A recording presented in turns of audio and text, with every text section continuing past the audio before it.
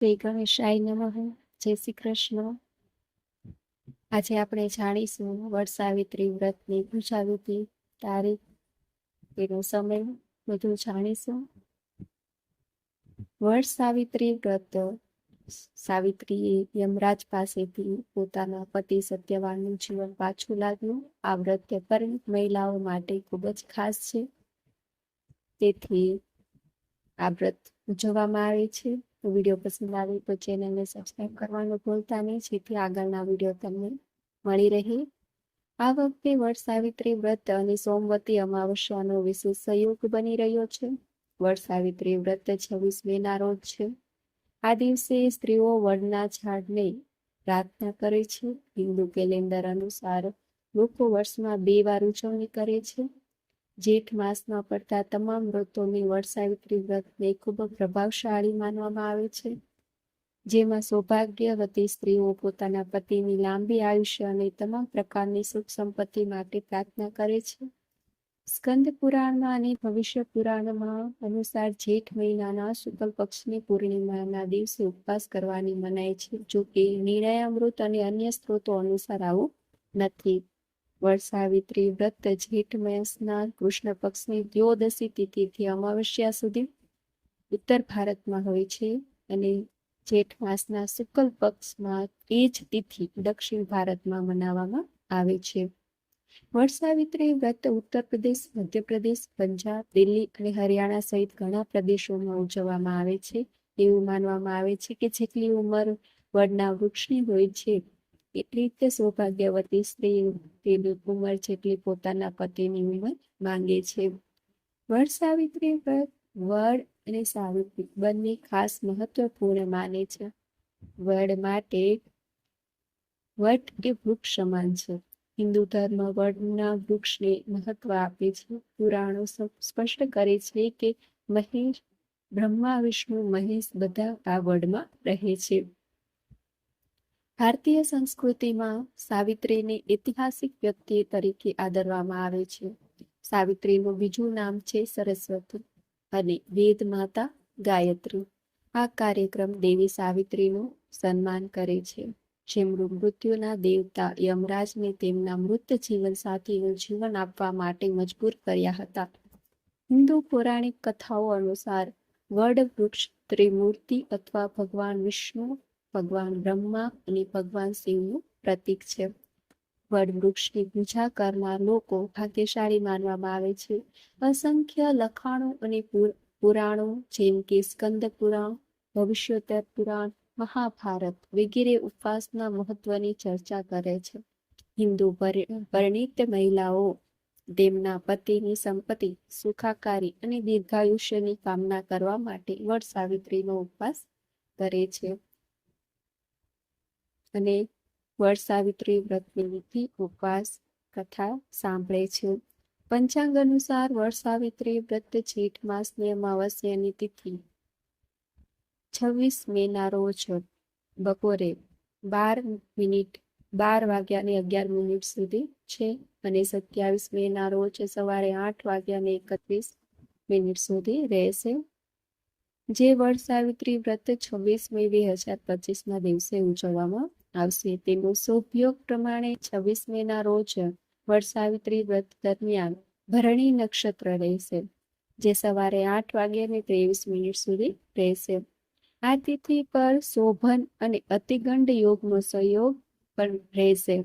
વડસાવિત્રીના દિવસે અભિજીત મુહૂર્ત સવારે 11:54 થી બપોરે 12:42 સુધી રહેશે. સાથે સાથે સોમવતી અમાવસ્યાનો દુર્લભ સંયોગ પણ રહે છે. 27 મેના રોજ સૂર્યોદય સમયે અમાવસ્યા હશે, જેના કારણે આ દિવસે અમાવસ્યાનું સ્નાન અને દાન કરવામાં આવશે. આ દિવસે સોમવતી અમાવસ્યા રહેશે, પરંતુ આ વખતે 26 મેના રોજ સોમવાર હોવાથી અમાવસ્યા સોમવતી અમાવસ્યાનો ખાસ સંયોગ બની રહ્યો છે. તેથી પતિના લાંબા આયુષ્ય માટે વડસાવિત્રી વ્રત રાખનારી સુહાગીન મહિલાઓ યમરાજ સાથે શિવજીની કૃપાનો વિશેષ લાભ મળશે. આ દિવસે ચંદ્રમા પોતાની રાશિ વૃષભમાં સંચારી રહ્યા હોય તેવી શ્રેષ્ઠ યોગી સ્થિતિ પણ રહેશે. વડસાવિત્રી પર બનેલો આ સંયોગ વ્રત ધારકો માટે ખૂબ ફળદાયી માનવામાં આવે છે. હિન્દુ ધર્મમાં બરગદ વૃક્ષને પૂજનીય માનવામાં આવે છે. શાસ્ત્રો અનુસાર આ વૃક્ષમાં બધા દેવી દેવતાઓ વાસ હોય છે. વડવૃક્ષની પૂજા કરવાથી અખંડ સૌભાગ્યવતી સુખની પ્રાપ્તિ થાય છે. સાથે જ આ દિવસે પાણીથી વડવૃક્ષને સિંચવું, તેના આસપાસ કાચા ધાગા લપેટીને 3 વાર પ્રદક્ષિણા કરવી, 5 વાર કરવી કે 7 વાર કરવી. આ દિવસે સ્ત્રીઓ વ્રત રાખીને વડવૃક્ષને પાસે જઈને ધૂપ, દીપ, નૈવેદ્ય વગેરેની પૂજા કરતી હોય છે.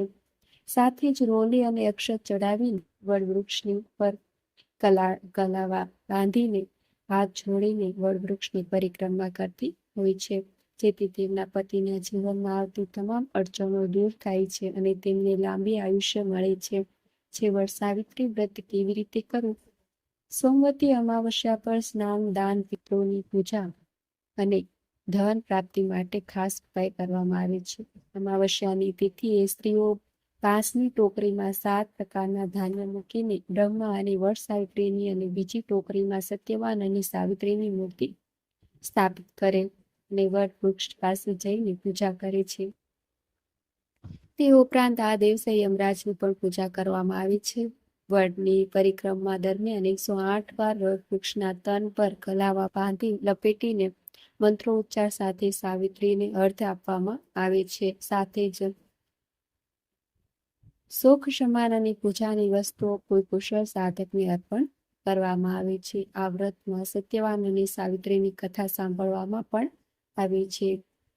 પૂજા સામગ્રીમાં સાવિત્રી અને માતા પાર્વતીની મૂર્તિ બનાવવા માટે ગાયનું છાણ, કાચો દોરો અથવા સફેદ દોરો, વાંસનો પંખો, લાલ દોરો, વડની એક કૂપળ, શક્કરટેટી, કેરી જેવા ફળ, ફૂલ, માળા, બતાસા, સિંદૂર, કંકુ, અંતર, સોપારી, પાન, લાલ કપડું, ચોખા, સુહાગણનું સામાન, રોકડા રૂપિયા, બંગડી, પલાળેલા ચણા, લોટ અને ગોળથી બનેલા ગુલગુલા, સ્ટીલ કે કાંસાની થાળી, મીઠાઈ, માટી કે પિત્તળનો દીવો, ઘી.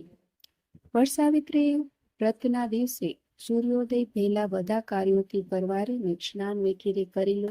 ત્યારબાદ સ્વચ્છ વસ્ત્ર ધારણ કરી લો. આ વાતનું ધ્યાન રાખો કે કોઈ પણ વસ્ત્ર શૃંગાર વગેરે કાળા, સફેદ કે ભૂરા રંગમાં ન હોવા જોઈએ. હવે પૂજાની તૈયારી કરી લો. સૌથી પહેલા સ્વચ્છ પાણી અને લોટનો ઉપયોગ કરીને ગુલગુલા અને પૂરી બનાવી લો. સાથે જ ચોખા, હળદર અને પાણી મિક્સ કરીને પેસ્ટ બનાવી લો. હવે મહિલાઓ લાલ, પીળી કે લીલા રંગની સાડી, સૂટ વગેરે પહેર્યા બાદ શૃંગાર જરૂર કરે. વડના ઝાડની નીચે જઈને ગાયના ગોબરથી સાવિત્રી અને માતા પાર્વતીની મૂર્તિ બનાવો. જો ગાયનું છાણ ન મળી રહ્યું હોય તો 2 સોપારીને લાલ દોરાથી લપેટીને માતા પાર્વતીના પ્રતીકના રૂપમાં મૂકી દો. ત્યારબાદ ચોખાવાળી પેસ્ટ હથેળીમાં લગાવીને 7 વાર વડના ઝાડ પર છાપા લગાવો. હવે વડવૃક્ષમાં જળ અર્પિત કરો. પછી ફૂલ, માળા, સિંદૂર, ચોખા, મીઠાઈ, શક્કરટેટી, સફરજન વગેરે અન્ય મીઠાઈ સાથે ફળ અર્પિત કરો. હવે 14 પૂરી લો. દરેક પૂરીમાં 2 પલાળેલા ચણા અને આટા ગોળના ગુલગુલા મૂકી દો અને તેને વડની જળમાં મૂકી દો. આ સાથે જ વાંસનો પંખો મૂકો અને જળ અર્પિત કરો. હવે ઘીનો દીવો, ધૂપ પ્રગટાવો. ત્યારબાદ સફેદ દોરાને કે પછી નાડા છડી વગેરે લઈને વૃક્ષની ચારેય બાજુ પરિક્રમા કરો. 5 કે 7 તમારી શ્રદ્ધા મુજબ પરિક્રમા કરી લો. આ સાથે બચેલો દોરો ત્યાં છોડી દો. હવે વ્રત કથા વાંચો કે સાંભળો. સાંભળતી વખતે હાથમાં પલાળેલા ચણા લો. કથા શ્રદ્ધાપૂર્વક સાંભળ્યા પછી હાથમાં ચણા વડની જળમાં મૂકી દો. કથા સાંભળ્યા બાદ સુહાગણ સ્ત્રીઓ માતા પાર્વતી અને સાવિત્રીને ચડાવેલું સિંદૂર 3 વાર લઈને તમારા સેથામાં પૂરી દો. પછી વિધિપૂર્વક આરતી કરીને ભૂલચૂક માટે માફી માંગી લો. ત્યારબાદ મહિલાઓ પોતાનું વ્રત ખોલી શકે. વ્રત ખોલ્યા માટે વડની એક કૂપળ અને 7 ચણા લઈને પાણી સાથે ગળી જાઓ. ત્યારબાદ પ્રસાદના રૂપમાં પૂરી, ગુલગુલા, શક્કરટેટી વગેરેનું સેવન કરો.